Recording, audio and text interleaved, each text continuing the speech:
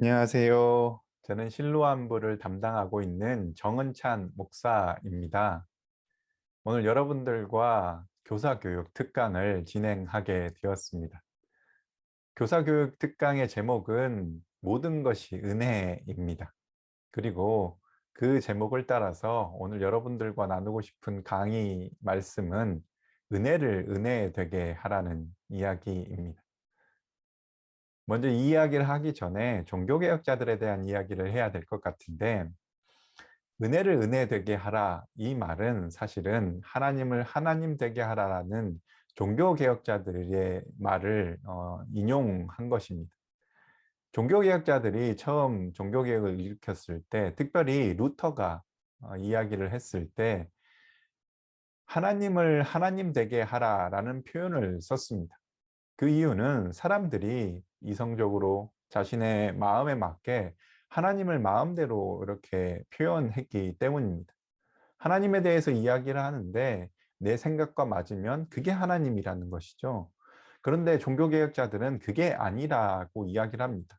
하나님을 내 생각과 내 감정 상태에 맞춰서 이야기를 하는 것이 아니라 하나님, 진짜 하나님 그분에 대해서 이야기를 해야 된다는 이야기입니다.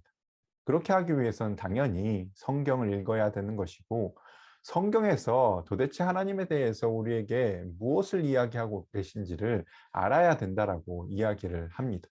그러면서 루터가 하나님을 하나님 되게 하라라는 이야기를 합니다. 다시 말하면 하나님을 제발 성경 안에 있는 하나님으로 이해했으면 좋겠다라는 이야기입니다. 우리가 아무리 미사 억구를 넣어서 하나님을 좋게 묘사한다고 해도 그게 성경과 벗어나 있으면, 성경에 기록되어 있지 않는 하나님에 대한 이야기를 한다면 그것은 우리가 믿어야 하는 하나님이 아니라 그냥 우리가 생각하고 바라는 하나님일 것입니다. 그러니까 우리가 하나님에 대해서 이야기할 때 바로 성경으로 돌아가서 성경이 하나님에 대해서 무엇을이라 이야기하는지를 알아야 되는 것이 바로 종교개혁자들의 취지였습니다. 그래서 그 말을 좀 본따 가지고 은혜를 은혜 되게 하라는 제목을 잡았습니다. 그 이유는 우리는 은혜에 대한 이야기를 참 많이 합니다. 기독교인들이 가장 좋아하는 단어 중에 하나가 바로 은혜입니다. 그런데 사람마다 이 은혜를 이해하는 방식이 다르고 때로는 잘못 이해하기도 합니다. 그렇기 때문에 우리가 성경으로 돌아가서 도대체 성경에서 이야기하고 있는 은혜는 무엇인가 라는 이야기를 살펴봐야 할 것 같습니다. 그리스도인들이 정말 좋아하면서 자주 쓰는 단어이지요. 여러분들에게 좋은 일이 있었을 때, 예기치 않게 행운이 찾아왔을 때, 그럴 때도 아, 이거 전부 은혜였습니다 라는 표현을 쓰기도 합니다. 혹은 목사님의 설교를 듣고 나서 목사님의 설교가 너무 마음에 들어서 아, 은혜였습니다, 너무 은혜로웠습니다 라는 이야기를 또 쓰기도 합니다. 여러 방편에서 여러 가지로 쓰이는데, 사실 정확하게 은혜가 무엇입니까? 라고 물으면 거기에 대해서 정확하게 답변을 할 사람은 그리 많지 않을 것입니다. 은혜에는 여러 가지 특징이 있는데 그 중에서도 오늘 강조하고 싶은 두 가지 특징에 대한 이야기를 조금 해 드리려고 합니다. 은혜에는 다양한 측면들이 있지만 오늘은 그 중에서도 성경에서 이야기하는 가장 주된 두 가지 측면을 조금 말씀과 함께 나눠 보려고 합니다. 첫 번째 은혜에 대한 이야기는 바로 은혜의 비상응성입니다. 어려운 말로 표현하면 비상응성이고, 쉽게 표현하자면 은혜를 받는 사람들의 가치와 상관없이 그게 주어진다라는 것입니다. 하나님께서 우리에게 은혜를 베푸실 때 우리의 어떤 조건을 보시고 은혜를 베푸시지 않는다는 것이죠. 하나님께서 우리에게 크나큰 선물을 주실 때 제가 뭔가를 잘해서, 혹은 인격적으로 뛰어나서, 혹은 부자여서, 똑똑해서 그렇게 해서 은혜가 주어진다라는 것이 아닙니다. 성경에서 이야기하고 있는 은혜는 분명하게 받는 사람의 가치, 저의 가치와 상관없이 하나님께서 그것을 주어 주신다는 것이죠. 하나님께서 우리에게 선물을 주실 때나 아니면 호의를 베푸실 때 아니면 하나님께서 은혜를 베푸실 때 우리의 가치와 전혀 상관없이 하나님께서 우리를 찾아와 주시고 하나님께서 우리를 만나 주신다라는 것입니다. 그게 바로 은혜의 비상응성입니다.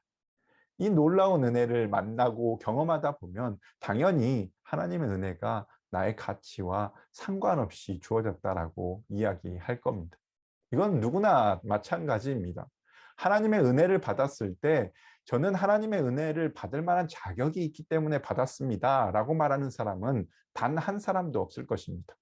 만약 그렇게 말한다면 은혜를 잘못 이해하고 있는 것이고 하나님을 만나지 못한 거라고 말할 수 있을 것 같습니다.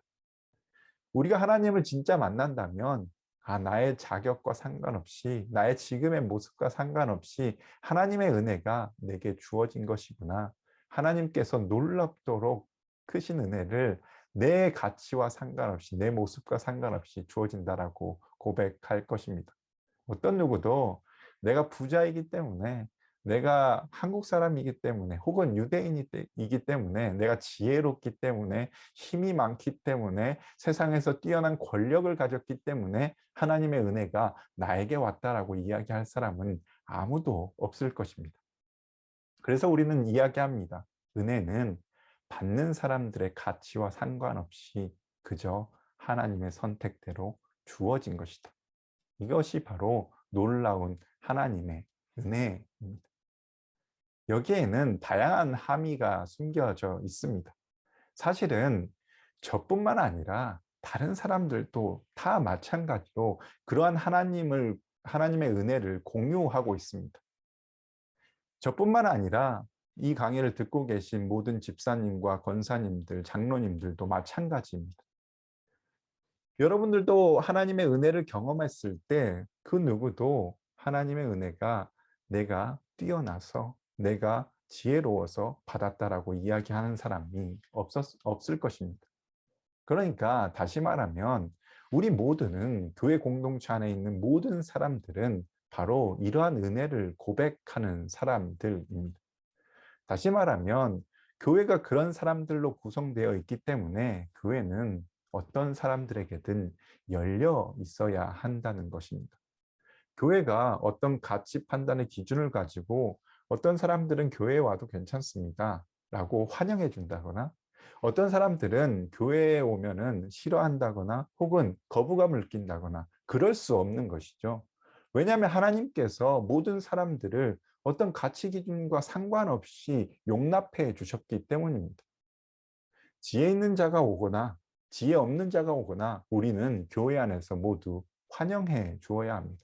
왜냐하면 하나님께서 그 모든 사람들을 환영해 주고 있기 때문입니다. 교회는 부자가 오거나 가난한 사람이 오거나 상관없이 두 팔을 벌려 환영해 주어야 합니다. 왜냐하면 하나님께서 먼저 그러한 가치와 상관없이 그들을 용납하여 주셨기 때문입니다. 그들이 유대인이건 한국인이건 외국 사람이건 상관없습니다. 그들은 모두 교회 안에서 환영받아야 합니다. 왜냐하면 하나님의 은혜가 그러한 방식으로 주어지기 때문에 그렇습니다.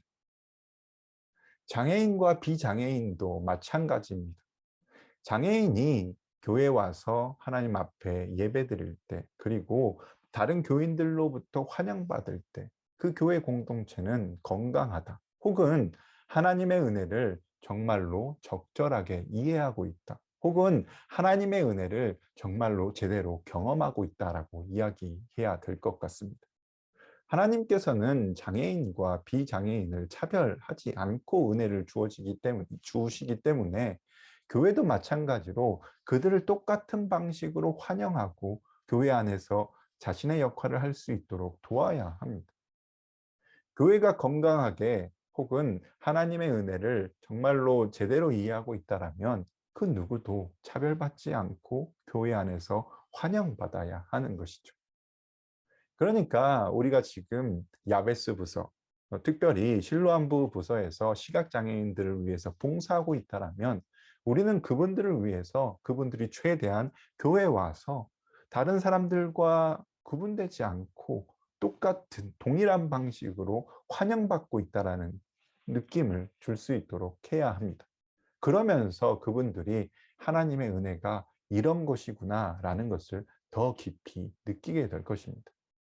만약 우리가 장애인들을 환영해 주지 않고 장애인들이 교회 안에 정착할 수 있도록 돕지 않는다면 그분들은 아마 이렇게 생각할 것입니다.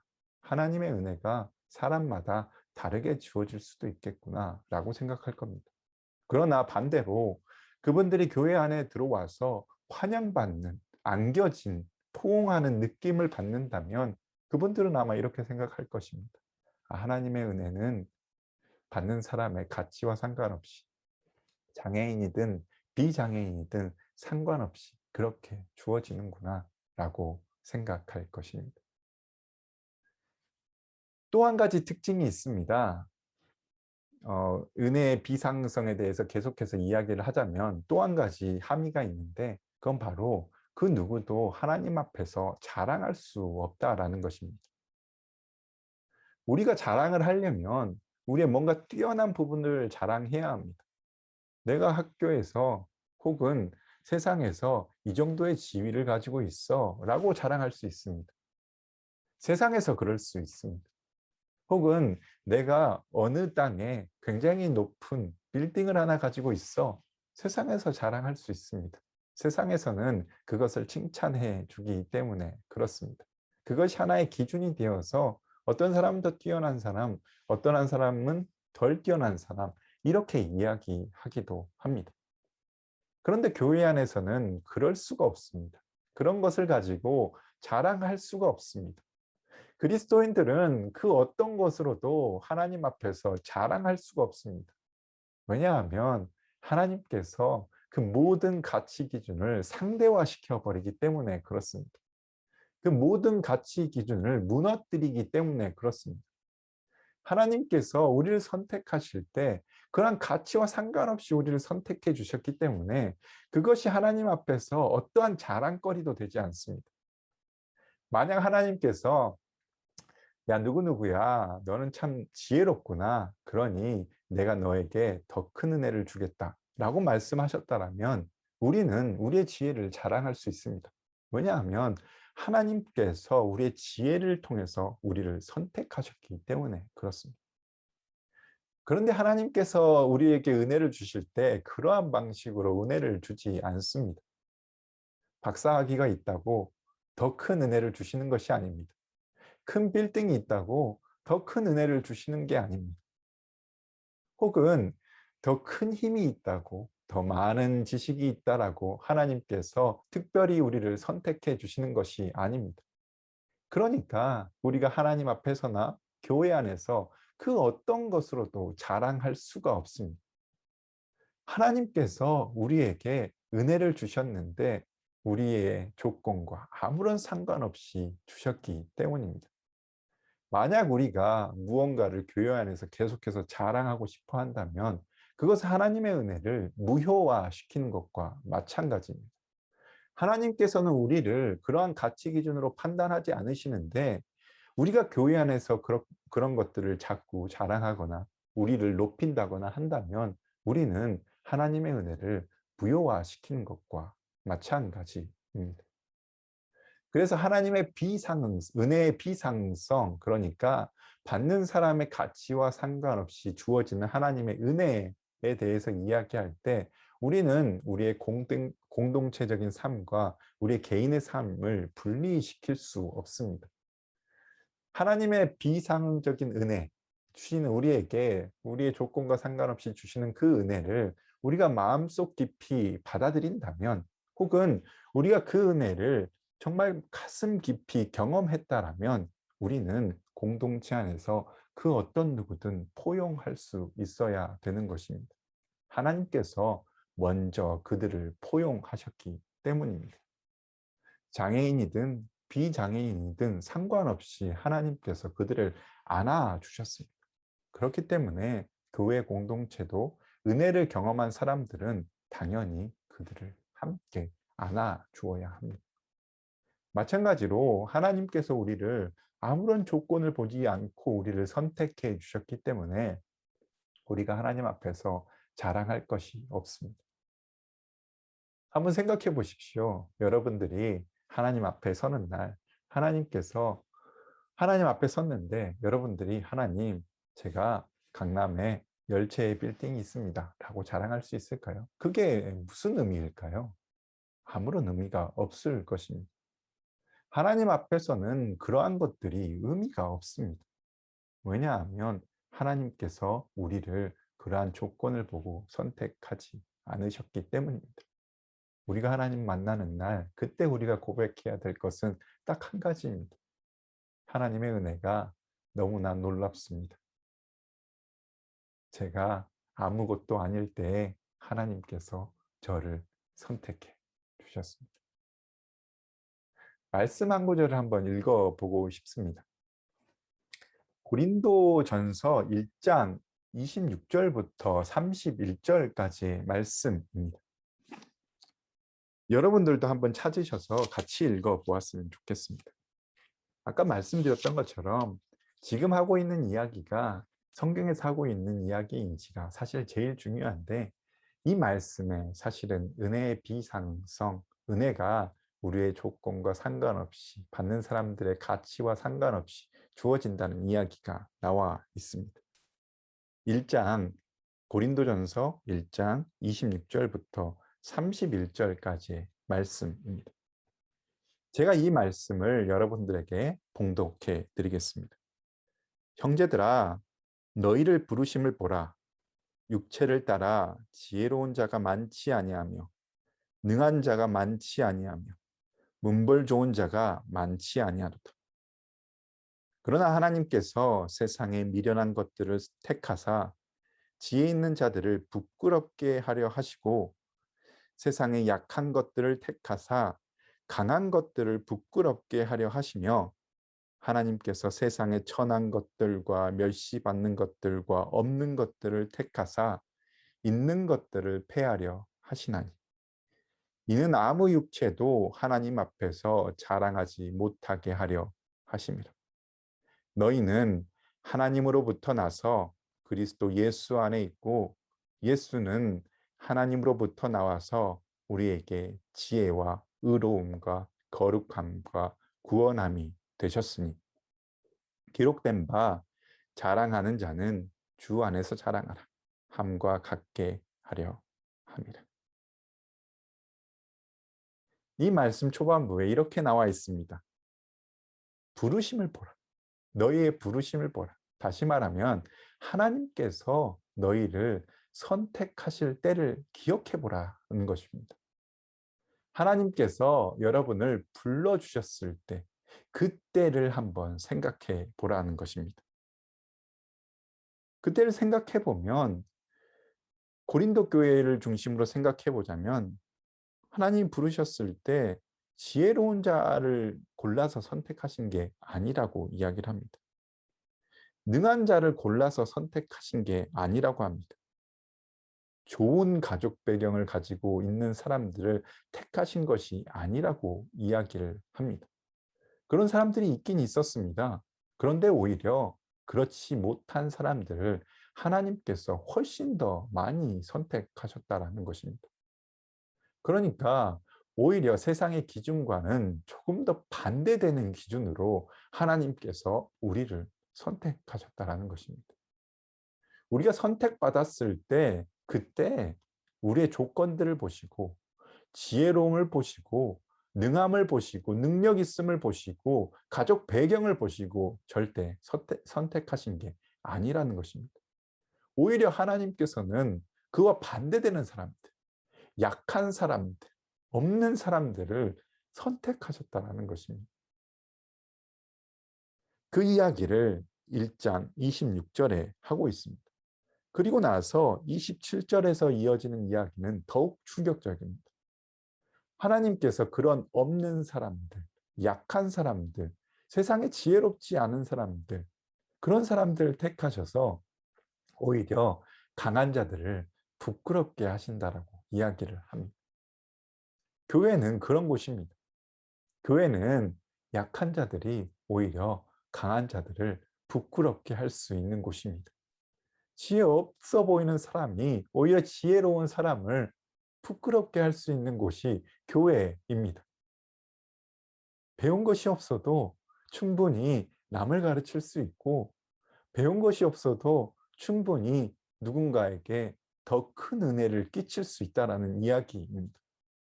그것은 교회에서 아주 큰 영향력을 지니지 않습니다. 도리어 하나님께서는 약한 자, 지혜 없는 자, 가족 배경이 뛰어나지 않은 자, 이런 자들을 선택하셔서 오히려 지혜로운 자들을 부끄럽게 하신다라는 것입니다. 교회 안에서는 그런 일이 벌어지는 곳입니다. 그리고 나서 하는 이야기가, 그래서 우리는 아무도 자랑할 수 없다라는 것입니다. 지혜 있는 사람도 자랑할 수 없습니다. 지혜가 없는 사람도 자랑할 수가 없습니다. 지혜 있다라고 선택받은 것도 아니고, 지혜 없다고 선택받은 것도 아니기 때문에 그렇습니다. 지혜 없는 자들이 지혜 있는 자들을 부끄럽게 하지만, 그것은 지혜 없는 자들의 능력으로 그렇게 하는 것이 아닙니다. 하나님께서 그렇게 하시기 때문에 우리는 사실 그 어떤 것도 하나님 앞에서 자랑할 수가 없습니다. 그러면서 마지막 절 31절에 이렇게 이야기합니다. 자랑하는 자는 주 안에서 자랑하라. 우리가 자랑할 수 있는 유일한 근거가 있다라면 주님 안에서 그렇게 하는 것입니다. 주님 안에서는 그 어떤 것들을 자랑할 수 있습니다. 그런데 당연히 세상의 기준과는 조금 다른 방식으로 자랑하게 됩니다. 주님 안에서는 세상과 같지 않은 방식으로 자랑합니다. 여러분들이 세상에서 어떤 방식으로 자랑하시는지 잘 모르겠습니다. 그런데 그 방식과 주님 안에서 자랑하는 방식은 완전히 다릅니다. 온전히 약함을 자랑하고, 온전히 지혜롭지 못함을 자랑하고, 온전히 없음을 자랑할 수 있는 것이 바로 교회입니다. 그리고 그 분명한 그 근거가 예수 그리스도의 삶입니다. 예수 그리스도께서 이 땅에 오셨을 때 아무것도 가지지 않기로 포기하셨습니다.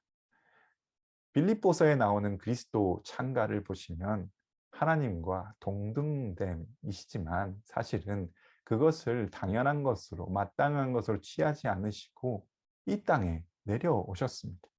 자기 비움을 하신 것이죠. 그러한 것들을 우리는 자랑할 수 있습니다. 우리가 남보다 나를 낮게 여기는 것, 남을 나보다 훨씬 낮게 여기는 것, 이런 것들을 우리는 자랑할 수 있습니다. 우리의 겸손을 자랑할 수 있고, 우리가 종됨을 자랑할 수 있습니다. 종됨은 수치스러운 것이지만 교회 안에서는 반대입니다. 종됨을 통해서 우리가 영광스럽게 되기 때문에 그렇습니다. 우리는 주님 안에서, 예수 그리스도 안에서 그러한 것들을 자랑할 수 있습니다. 이게 은혜의 첫 번째 특징, 은혜의 비상응성입니다. 이제는 두 번째 이야기를 해보도록 하겠습니다. 은혜의 순환성입니다. 은혜는 한번 하나님께서 우리에게 주시고, 은혜를 베풀어 주시고 거기서 끝나는 것이 아닙니다. 우리가 은혜를 받았을 때 은혜 받았습니다 하고 거기서 끝나는 것이 아닙니다. 하나님의 은혜는 놀랍게도 은혜가 우리에게 주어지고 그 은혜가 흘러가기 시작합니다. 성경에서 말하고 있는 은혜는 우리 안에 은혜가 주어졌다라면 그 은혜가 흘러가는 겁니다. 가장 중요한 흘러감은 바로 하나님께서 우리에게 은혜를 베푸셨을 때 우리는 하나님께 은혜로, 감사로 대갚아 드리는 것입니다. 하늘에서 땅으로 은혜가 내려왔다면 그 은혜를 감사로 하나님께 표현하는 것입니다. 이런 은혜의 순환의 구조들을 굉장히 잘 보여주는 말씀이 바로 고린도후서 8장부터 9장까지의 말씀입니다. 여러분들이 한번 지금 찾아보셨으면 좋겠습니다. 하나님의 은혜가 어떠한 방식으로 흘러가야 되는지 그 일면을 보여주는 것이 바로 고린도후서 8장과 9장의 말씀입니다. 고린도후서 8장부터 9장은 예루살렘 연보에 대한 이야기입니다. 그러니까 바울이 세운 공동체들이 헌금을 모아다가 예루살렘 교회를 위해 헌금하는 것이 바로 이 장의 목적인 것입니다. 그럼에도 불구하고 특이한 것이 무엇이냐면 이 말씀의 중심되는 단어가 바로 은혜이기 때문에 그렇습니다. 은혜라는 단어는 헬라어로 카리스입니다. 여러분들이 조금 더 원어민스럽게 발음하고 싶다라면 약간 가래 끓는 소리를 내시면 됩니다. 카리스라고 하시면 조금 원어민스럽게 발음을 내신 거라고 할 수 있습니다. 어쨌든 이 카리스라는 단어, 은혜, 선물, 호의, 감사라는 이 단어가 사실은 예루살렘 연보, 그러니까 고린도 후서 8장부터 9장까지의 핵심 단어, 가장 많이 반복되는 단어입니다. 그래서 은혜의 장이라고 이야기해도 틀린 말이 아닙니다. 그런데 이 은혜라는 단어를 하나하나 살펴보면 몇 가지 특이한 점이 있습니다. 아까 말씀드렸던 것처럼 하나님의 은혜, 카리스가 내 안에, 우리 공동체 안에 내려오면 반드시 우리가 해야 되는 것이 이 은혜를 다시 하나님께 카리스를 돌려보내드리는 것입니다. 예루살렘 연보 8장, 고린도 후서 8장 1절은 이런 이야기가 나와 있습니다. 마게도냐가 은혜를 받았다. 하나님의 은혜를 받은 교회가 바로 마게도냐 교회입니다. 이렇게 말씀을 시작하고 그리고 나서 9장 마지막 절에 이렇게 끝납니다. 여러분도 함께 찾아보셨으면 좋겠습니다. 고린도후서 8장부터 9장까지의 말씀인데 특별히 고린도후서 9장 마지막 절을 한번 같이 살펴봤으면 좋겠습니다. 마지막 절은 이렇게 기록되어 있습니다. 제가 읽어드리겠습니다. 말할 수 없는 그의 은사로 말미암아 하나님께 감사하노라. 여기서 카리스라는 단어, 은혜라는 단어가 쓰이는데 그 단어가 어떻게 번역되어 있느냐면 바로 감사로 번역되어 있습니다. 그러니까 이 말씀 자체는 8장 1절 은혜로 시작해서 카리스로 시작해서 감사의 카리스로 끝난다는 것입니다. 다시 말하면 하나님께서 은혜를 우리에게 베풀어 주셨을 때 우리는 반드시 감사로 이 은혜를 하나님께 돌려보내드려야 한다는 것입니다. 어떻게 감사해야 하느냐? 다양한 방식이 있습니다. 가장 근본적으로는 우리 예배를 통해서 하나님께 감사를 드리는 겁니다. 우리가 예배 드리는 행위 자체가 사실은 근본적으로 하나님께 감사하기 때문에 드리는 것입니다. 우리가 매주 나와서 하나님께 예배 드리는 이유는 매주 하나님께 감사할 만한 이야기들이 있기 때문입니다. 매주 하나님께 은혜를 받았기 때문입니다. 그렇기 때문에 우리가 마땅히 감사의 예배를 하나님께 보내드립니다. 혹은 우리의 기도를 통해서 우리가 가장 먼저 기도할 때 보통은 하나님 감사합니다 라는 표현과 함께 시작합니다. 하나님께 감사를 돌려드리는 것입니다.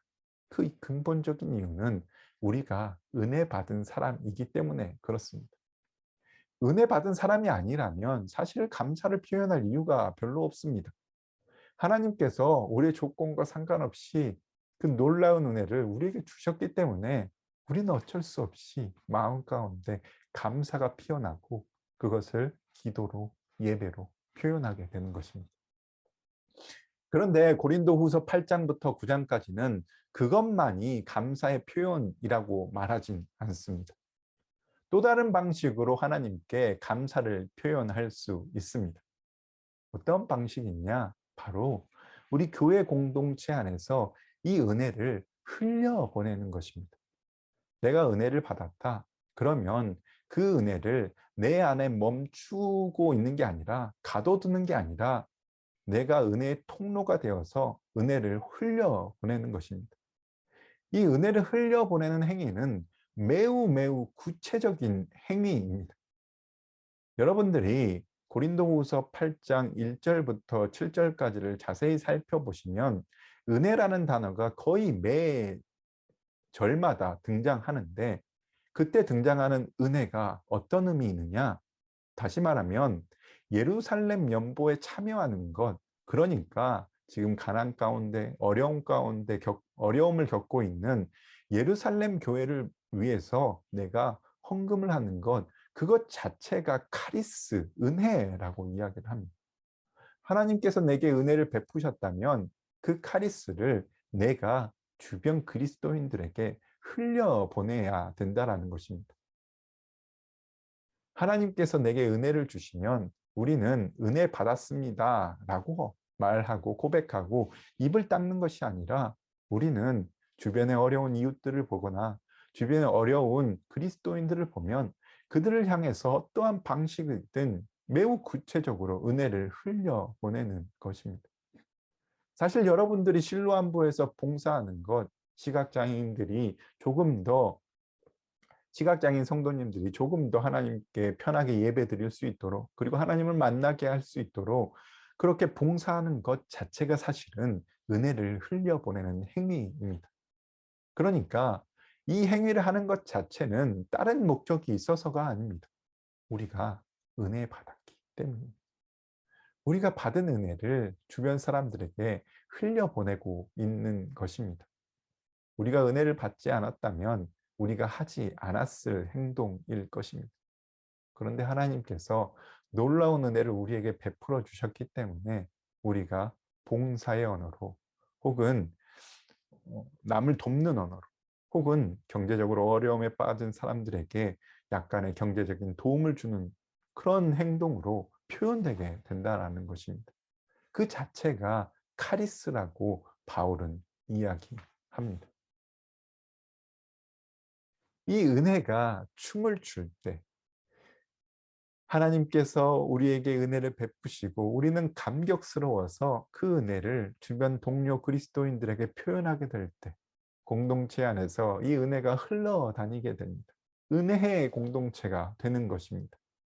그리고 나서 그 은혜의 공동체가 된다면 우리의 예배가 더 온전히 하나님 앞에 감사, 다시 말하면 카리스로 돌려 보내질 수 있다라는 것입니다. 여기에 한 가지 더 큰 특징이 있다면, 은혜가 흘러갔을 때 이 흘러간 은혜는 관계를 만듭니다. 고대인들이 이 카리스를 흘려보냈습니다. 다시 말하면 좀 더 보편적인 표현으로 이야기하자면 이 카리스는 선물로 더 많이 번역되는데, 선물을 많은 사람들에게 흘려보냈습니다. 선물을 흘려보낸 가장 근본적인 이유는 좋은 인간관계를 만들기 위해서 그렇게 했습니다. 그런데 하나님께서 우리에게 은혜를 베푸시는 것도 사실 다른 목적이 있어서가 아닙니다. 하나님께서 우리에게 은혜를 베푸실 때 우리는 하나님과 끊을 수 없는 관계 가운데 들어가게 되는 것입니다. 우리가 그 은혜를 성도와 성도 사이에서 흘려보낼 때 우리는 성도들끼리 끊을 수 없는 깊은 관계 가운데 들어가게 되는 것입니다. 그리고 그런 관계가 만들어졌을 때 다시 한번 우리는 하나님께 찬양 드리는 것입니다. 감사 드리는 것입니다. 이게 하나님께서 우리에게 은혜를 흘려 보내주신 이유입니다. 실로암부에서도 마찬가지입니다. 우리가 그 은혜를 흘려 보낼 때 끊을 수 없는 그들과의 관계, 성도님들과의 관계가 만들어지고, 그것을 통해서 하나님께 우리가 영광 돌리고 감사를 드릴 수 있습니다. 지금까지 은혜에 대한 이야기를 나눠 보았습니다. 고린도전서 1장 26절부터 31절의 말씀을 가지고 은혜의 비상성에 대해서 이야기를 해 보았습니다. 하나님께서 우리의 가치와 상관없이 은혜를 주셨기 때문에 우리는 자랑할 수도 없고, 공동체 안에서는 다른 누구를 판단할 수도 없습니다. 어떤 누군가가 와도 세상의 기준과 상관없이 우리는 그들을 환영해 줄 수 있어야 합니다. 두 번째는 고린도후서 8장부터 9장의 말씀을 읽어 묵상해 보았습니다. 마게도냐 교회가 하나님의 은혜를 받았을 때 어떤 행동을 했는지 이제 이해하게 되었습니다. 마게도냐는 단순히 하나님의 은혜를 받고 끝나버린 것이 아니라 그 은혜를 예루살렘 교회를 향해서 흘려보냈습니다. 그리고 은혜가 그렇게 흘러갔을 때 다시 한번 감사를 하나님께 돌려보내드리고 그 안에서 성도와 성도의 교제가 일어나고 하나님과 인간 사이에 끊을 수 없는 관계가 만들어집니다. 이게 바로 오늘 여러분들과 나눈 은혜의 두 가지 특징입니다. 이런 이야기를 하면 사람들은 이제 마음의 부담감을 느끼게 됩니다. 이제 함부로 은혜 받았다라는 이야기를 하기 쉽지 않게 된 겁니다. 사실 하나님의 은혜를 고백한 사람들은 너무나도 마땅하고 당연하게 제가 앞서 드린 이야기들이 일어나기 때문에 사실은 은혜 받았다라는 말을 했을 때 여러분들께 사실 주어지는 많은 일들이 있습니다. 그렇기 때문에 여러분들이 너무 가볍게 은혜 받았습니다. 은혜입니다. 라고 이야기하지 않고 이제는 그 은혜에 대해서 조금 더 깊이 묵상해 보고 하나님께서 우리에게 왜 그러한 은혜를 베풀어 주셨는지 한 번 더 생각해 보면 좋겠습니다. 여러분들이 이제 목사님의 설교가 끝나고 은혜 받았습니다. 라고 이야기할 때 혹은 여러분 스스로 고백할 때 그게 나에게 어떤 의미인지 한 번 더 묵상해 보면 좋겠습니다.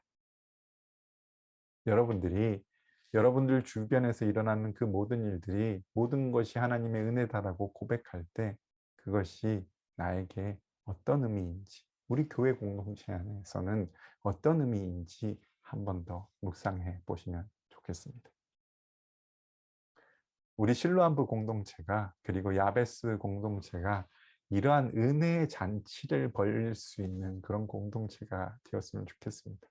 서로를 용납하고 우리가 세상의 기준과 가치 판단으로 서로를 판단하지 않고 서로 자랑하지 않고 겸손해지며 우리가 서로를 포옹해주고 어려울 땐 도와주고 이게 바로 은혜의 공동체, 은혜를 경험한 공동체이기 때문입니다.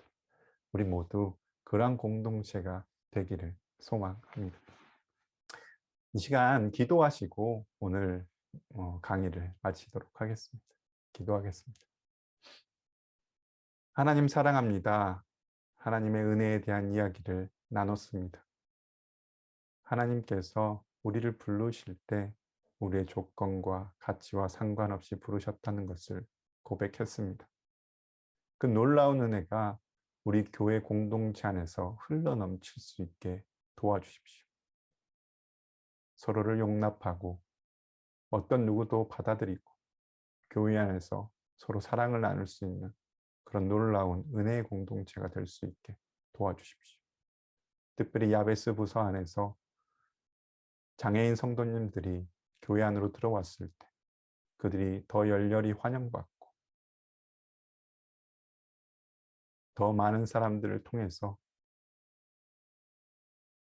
은혜가 그분들 가운데 흘러갈 수 있도록 주님 도와주십시오. 우리가 은혜를 고백할 때마다 하나님의 이 깊은 은혜를 잊지 않게 하여 주시고 그 놀라우신 은혜로 말미암아 우리가 성도 가운데 은혜를 세워갈 수 있게 도와주십시오. 주변에 어려움을 겪고 있는 성도님들이 참 많습니다. 코로나 때문에 특별히 경제적으로, 심리적으로, 영적으로 낙담 가운데 있는 사람들 참 많습니다. 하나님, 우리가 은혜 받은 사람으로서 그들에게 은혜를 조금이라도 나눠줄 수 있도록 해주십시오. 경제적인 어려움에 처한 사람들을 위해서 기도하게 하여 주시고 주변에 그런 사람들이 있다면 조금이라도 도울 수 있는 그런 성도가 될 수 있게 도와주십시오. 영적으로, 심리적으로 낙담한 상태에 있는 사람들이라면 우리가 조금 더 위로할 수 있는 말을 할 수 있는 그런 공동체가 될 수 있게 도와주십시오. 이 모든 것들이 하나님의 은혜 안에서 이루어질 수 있게 도와주십시오. 우리가 하나님의 은혜를 받았습니다. 그 은혜를 우리 주변으로 흘려보낼 수 있게 도와주십시오. 하나님, 언제나 우리와 함께 하실 줄 믿고 예수 그리스도 그 귀하신 이름으로 기도드립니다. 아멘.